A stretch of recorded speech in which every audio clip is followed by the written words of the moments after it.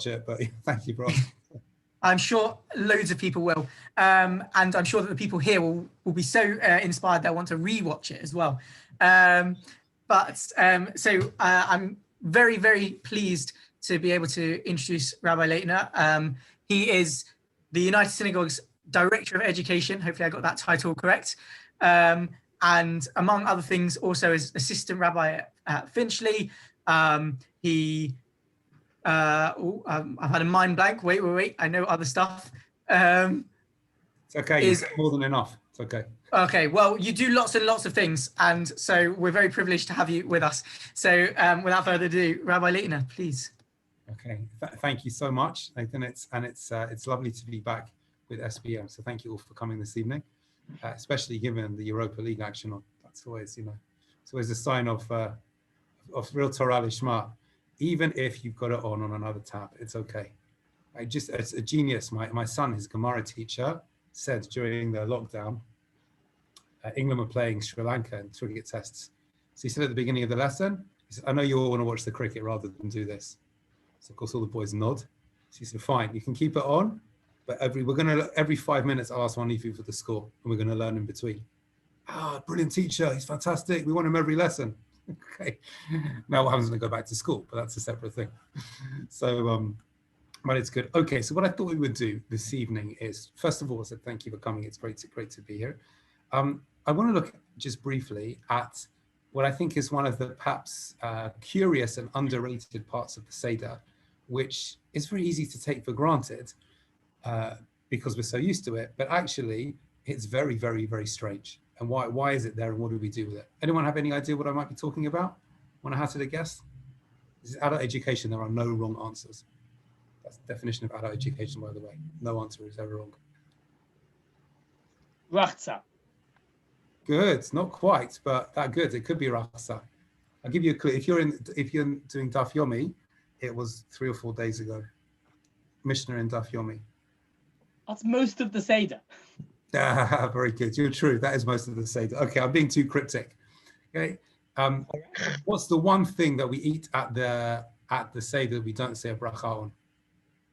Korach. Korach, okay, could be, but we've said that we've said we need to say something before it. Not a bracha. Not a bracha, you're right. Even if we say al achilat matzah, but good, you're right. Yeah, Afikomen. Afikomen could be, or something, let me refine it, something we don't really eat at the Seder, but is there. The bone. The bone, good, could be. I tell you, I'll put you out of your misery, or you'll put me out of my misery, maybe. Charoset. Shout out to Zahava, she got it. Oh, well done, Zahava. Sorry, I didn't hear it. Thank you. Well done. So, thank you. So, the charoset. I don't know how many of you as kids were kind of put to work making charoset to try and get you out of the way while the Seder was being prepared. I was once, and then my performance meant I was never asked again. So, but the charoset, it's on the table, it's on the Seder plate. We're used to dipping it, for korech or for other things. But in no Seder I've ever been at, maybe you guys it's been different.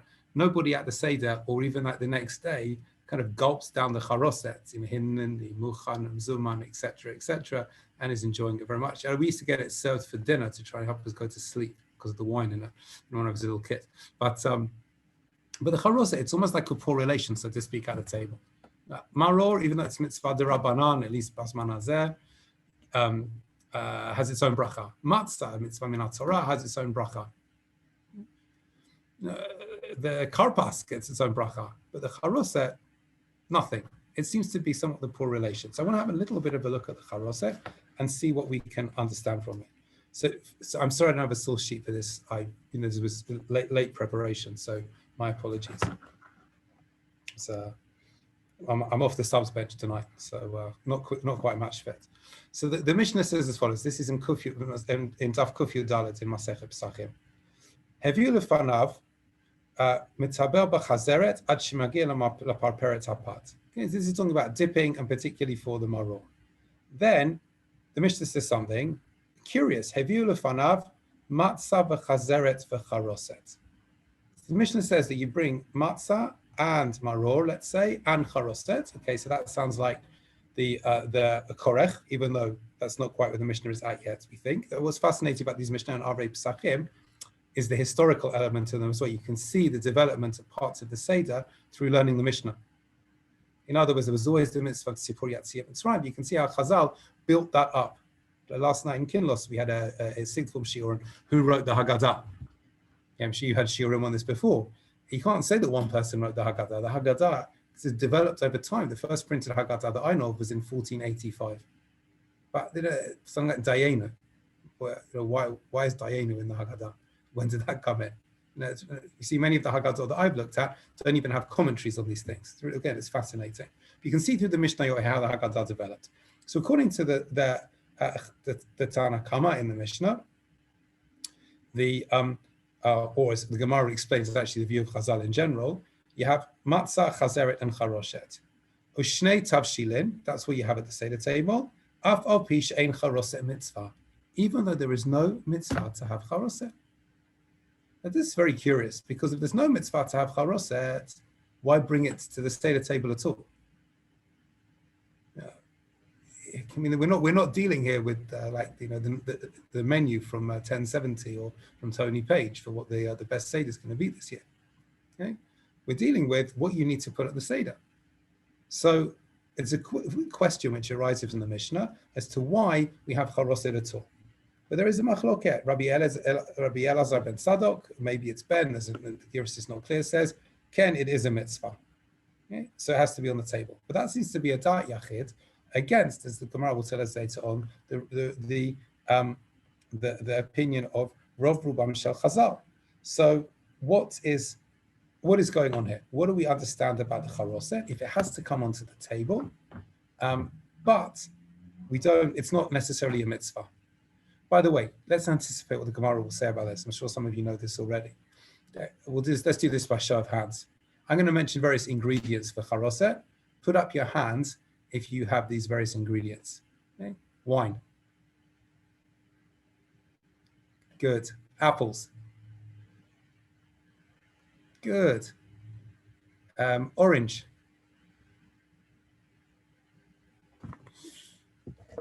Iron brew. I'm just kidding. Okay, that's not ready for Pesach yet. Okay, okay. Orange. Okay, interesting. No one does. Okay, come back to that. Cinnamon.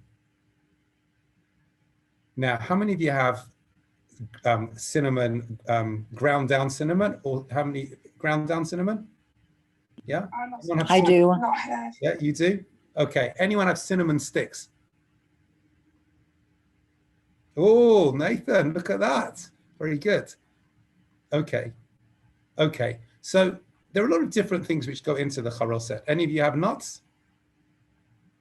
Yeah. Okay.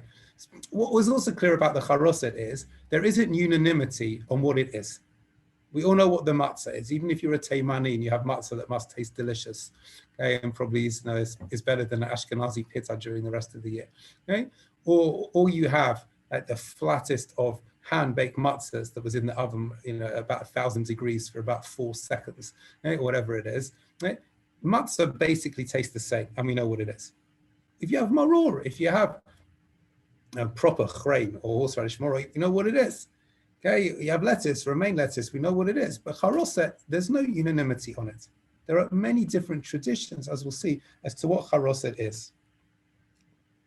Now, Tosfot over here on this Mishnah, and Rashi says this a couple of dapim later on, says that actually the charoset is really a tafel to the maror. It's just there in case there are any bad effects and any eres. Eres can mean poison. I think it possibly means any bad effects that come out of the maror, or possibly maror that could be something which is inedible. And the charoset is that's just there to help you deal with the maror. And of course, we signify that a little bit when we dip the korech into the maror, into the charoset, and shake it off. If that's the case, fair enough. What actually is the mitzvah then of having the charoset? Once again, the charoset just seems to be the poor relation of the Seder table. So even finding divrei Torah on charoset is not necessarily so, I wouldn't say it's easy, but they're not so prevalent. And by that stage of the Seder, probably if you're able to speak a lot during Magid, you're not dealing with a lot of hungry people that just want to get through it and get to the meal. And then once they've had their soup, then they're prepared to speak about things. Charoset can also easily get get left behind. So, what are we going to do with the charoset? So the Gemara says a couple of dapim later on, very fascinatingly. Uftev Zayin Amud Aleph. The Gemara begins to discuss what this phrase in the Mishnah means. So first of all, the Gemara and Rashi bring this idea of the charoset being there to stop any bad effects of the maror. Okay? Then the Gemara says, "My mitzvah. What is the mitzvah of charoset if there is one?" So Rabbi Levi says, "Zeichel tapuach." It's in memory of the tapuach. I'm sure you've heard this explanation before. Okay? And that, of course, one of the reasons I asked if there are any of you that put apples into your charoset. I think it's well known. Okay? Okay. And this, of course, is alluded to also in the Haggadah itself, the reference from Shiur Shiurim, Tzachar Tapuach, etc. So that's one reason for having apple in it. But you might say, why don't you just have apples? Like, why have charoset? Okay. Furthermore, there is a fascinating tiny tosfot, I think it's like 3 words long, and right to the end of Masechet Ta'anit. We learned Ta'anit. It's like one of those ones you remember because it's so short. And some of you may recall this. What does the tosfot say in the end of Masechet Ta'anit? It says that tapuach actually is labdavka an apple. Tapuach is a citrus fruit. Okay, that's why I asked if any of you have orange. Okay, now, it's a citrus fruit, like an etrog. That's what Tosfot says. In fact, I read in the Haggadah of Rabbi Herschel Schechter that he, and it's in Nefesh Harab as well, even though it's the Rav Soloveitchik, Abdul Ben Chaim did the same. We try and use some form of citrus fruit in the charoset because of this Tosfot and because of what tapuach means. So that's the first thing which the Gemara says. Second thing, first is the eres. The second is the tapuach. Rabbi Yochanan says, Zeichel is because of the cement. Okay, I'm sure I've heard that reason as well. Yeah? All of these things tell us that really, what's the tzad hashavesh shebenehem? We don't know. Okay, we don't know. Okay. Now the cement, of course, is why I asked if any of you use nuts for the charoset, because then it gives it somewhat of a greater. So what I'm looking for makes it more like feel a bit more like cement, if you know what I mean. Even though hopefully the nuts don't taste like cement. Although apparently, I don't know if he's like if I just fell for this, but a Sephardi friend of mine claims that his Moroccan family members. Any of you have Moroccan family roots? In Morocco, they would put cement into the charoset, but then take it out. Why take it out? It's Yonsef, so you can do borer. You can take it out because it's Yonsef. Okay. So nafkamina is if the Seder falls on Shabbat, on Friday night, there's no cement in the charoset. He said it like so convincingly that I don't know if he fooled me or not. It was very londish, it's the svara to have cement in the maror in the charoset. Anyway, maybe that's why there aren't so many different Torah about charoset, because people talk about cement. Anyway, so that's the third reason which the Gemara here brings. Then Gemara then quotes Rabbi Elazar ben Sadok, who we mentioned in the Mishnah saying mitzvah. Okay, and he fascinatingly brings as his raya, as his proof for his view, where he doesn't call it a ma'aseh. A ma'aseh is, when the Gemara says ma'aseh, it's not just a story, it's a story that has a halachic import to it. By the way, if you want to see some very interesting writing on this in Rabbi Sax's Haggadah, I hope you will have it. If you don't, good time to get it. He says his favorite essay in the Haggadah is his essay about Chazal of Bnei Brak. And he talks about the concept of ma'aseh having a halachic import. So when the Gemara says ma'aseh, etc., as that's how that story is quoted, it's a Tosefta as well, it's quoted in the Gemara. So he says it's not just a story that you make a nice drosha out of, or you think has something good to say at Sudash Lishit. No, it's a story that is ma'aseh. There's a halachic lesson to learn from it. So if you haven't read that essay and you're interested in these things, he explains it Kedar Kol B'Kodesh in a beautiful way. But this is kind of mastered territory, although the Gemara doesn't say it. So what does Rabbi Elazar ben Sadok say? This is what they used to say. That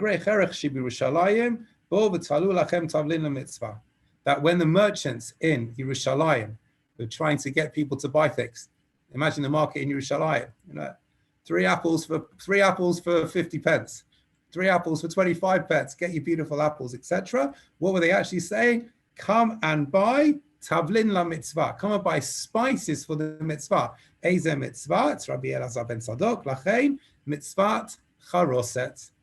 And somewhat intriguingly, that's how this whole sugya ends. There's a new Mishnah straight after that. So the Gemara appears on the face of it to side with Rabbi Elazar bar Tzadok and say charoset is a mitzvah. Why do we know it's a mitzvah? Because presumably in Yerushalayim, and Rashi says that they would the storekeepers would be shouting this out to people to come and buy. So the Rashba has something else as well, the same thing. But yeah. So Tosfot is what I'm looking for. Tosfot the Tosfot implies that why were they doing it in Yerushalayim? Because it's a mitzvah. Hard to imagine that the merchants in Yerushalayim would have been shouting something else and saying, "Come and buy this," if it wasn't a mitzvah. Like imagine if you're in Israel for Sukkot. Ezrat Hashem will be in Israel for Sukkot, and you go to wherever you go to buy your arba minim. Let's say you go to Geula to buy your arba minim, and there's some guy shouting out, "Revolving disco balls for schach, mitzvah, mitzvah, revolving disco balls for schach, mitzvah, mitzvah," so you can have revolving disco balls under the roof of your sukkah.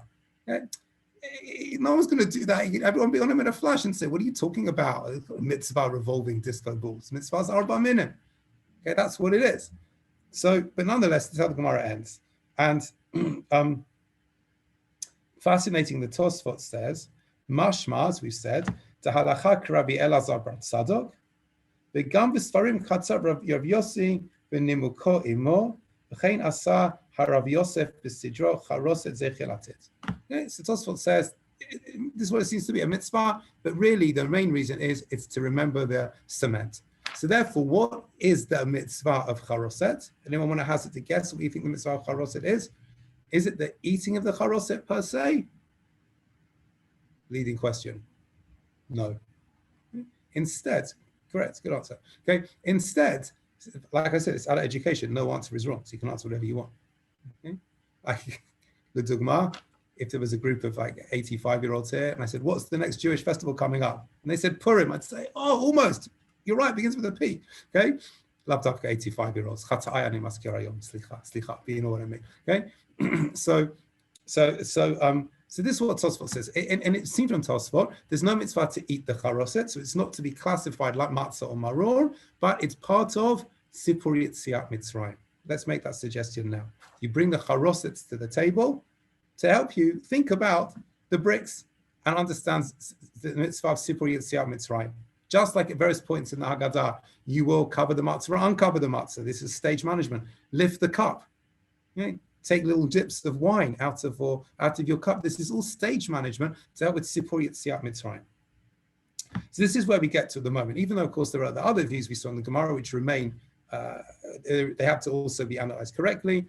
The Tapuach, the Eres, etc. Okay, now, in the little time we have left, excuse me, I want to look at, I think it's a very interesting article on the charoset. I mean, even I joked before, they're not many different Torah on it. There is a lot of, I think, interesting stuff written. If you have the Harari Kedim of Rav Soloveitchik, quite, I think, accessible material. And in his Siach HaGrid, his Haggadah as well, he has similar material on it. Some very, very interesting stuff. Rav Rimon's Haggadah, if you've got it, doesn't actually say, as far as I recall, that much about charoset, funnily enough. It says like 1,000,001 things about everything else, but not so much about charoset. But nonetheless, there is also some interesting stuff in there. And also, he also analyzes how the Shulchan Aruch paskins on this about the charoset being brought to the table. But anyway, I want to look instead in the few minutes we have at what I think is a very fascinating essay from Rav Moshe Sternbuch, who writes the Moadim Uzmanim on the Chagim, but also he's the head of the Eita Haridit in Yerushalayim, and has written many fascinating tshuvot called Tshuvot V'Hanhagot, and on a whole host of subjects. Now, in some respects, controversial in his views about Zionism, but as the Talmid Chacham and as a Baal Chesed, and I can testify to that personally, a remarkable person. I'll give you a very quick example because it has to be a story in every shiur. One of my closest friends is the Talmud of Rav Sternbuch. So a couple of years ago when I was in Israel, my friend, who also is an advisor to the Israeli embassy, see, people can wear many different hats at the same time. And but anyway, so he said Rav Sternbuch loves caffeine-free tea. and you can't really get it easily in Israel. If you're going, might you be able to take him? He's 95, that was 93. Could you go and take him some caffeine free tea? I said, of course, be a pleasure. So I went to Waitrose in North Finchley, where next to the US office is, and I got some Tetley tea. And Rosh Hashanah grew up in the UK. He went to school in Battersea, believe it or not, non-Jewish primary school in Battersea. I'm sure that on the wall there, they've got lots of famous rabbis that went to, pictures of famous rabbis that went to that school. But it goes to show, if you want to be the head of the Haredis, you should have gone to primary school in Battersea. So I'm sorry, guys. Looks like the boat has sailed on that one for us all. Anyway, so I get the tea and I call up his Rabbi, nice guy from Manchester, and says, yeah, thank you so much. You'll be delighted. I said, when can I come by? He said, come by any time tonight. So I go to Harnoff, I knock on the door, and I'm just like undressed. Actually, I was wearing an overcoat because I had a meeting. And knock on the door, open the door, my name, oh, come in, wonderful. Rabbi Shalom is quite hard of hearing. So the Rabbi goes to him, and there are all these people sitting around the table, like in full kit, looking very, very serious.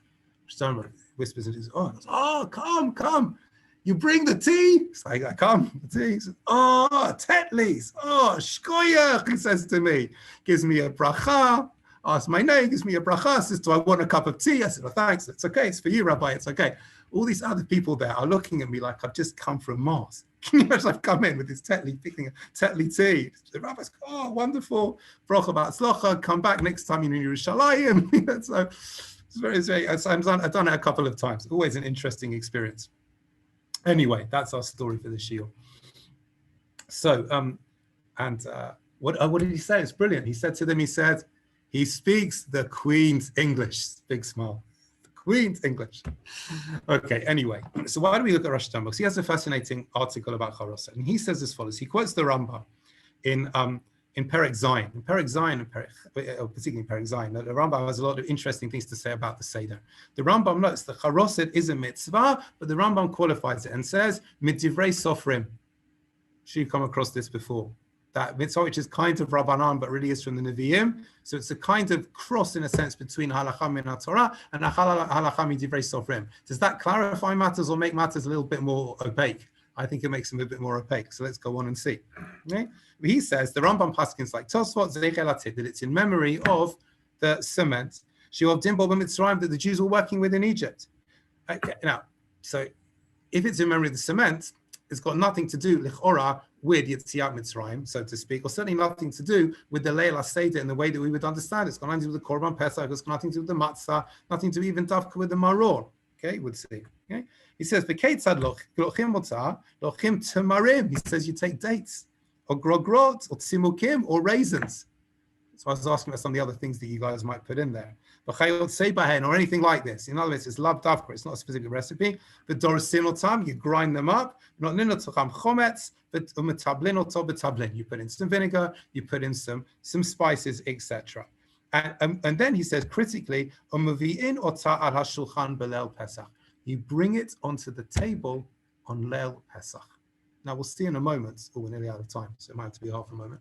Okay, and we'll see in a moment why this is so significant that the Rambam says you bring it onto the table for Leil Pesach.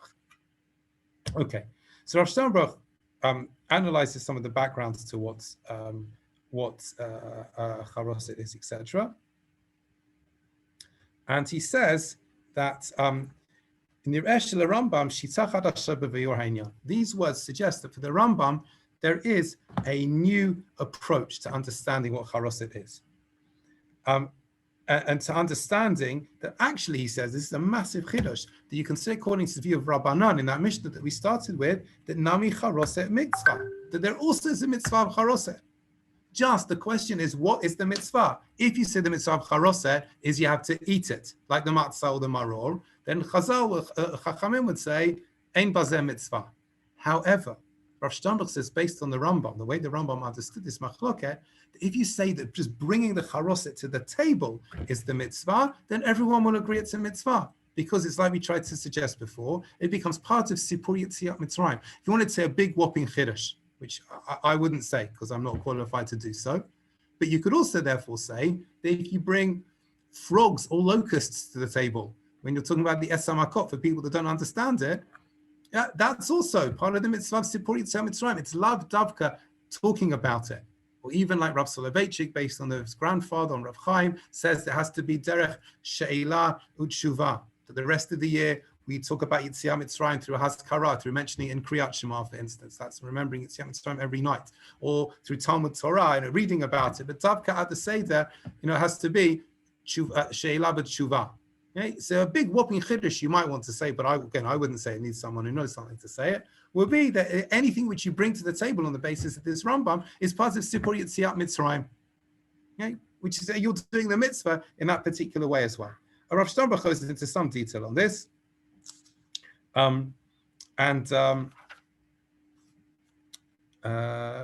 he says, 1 second, we'll do it 8:30. Hold on.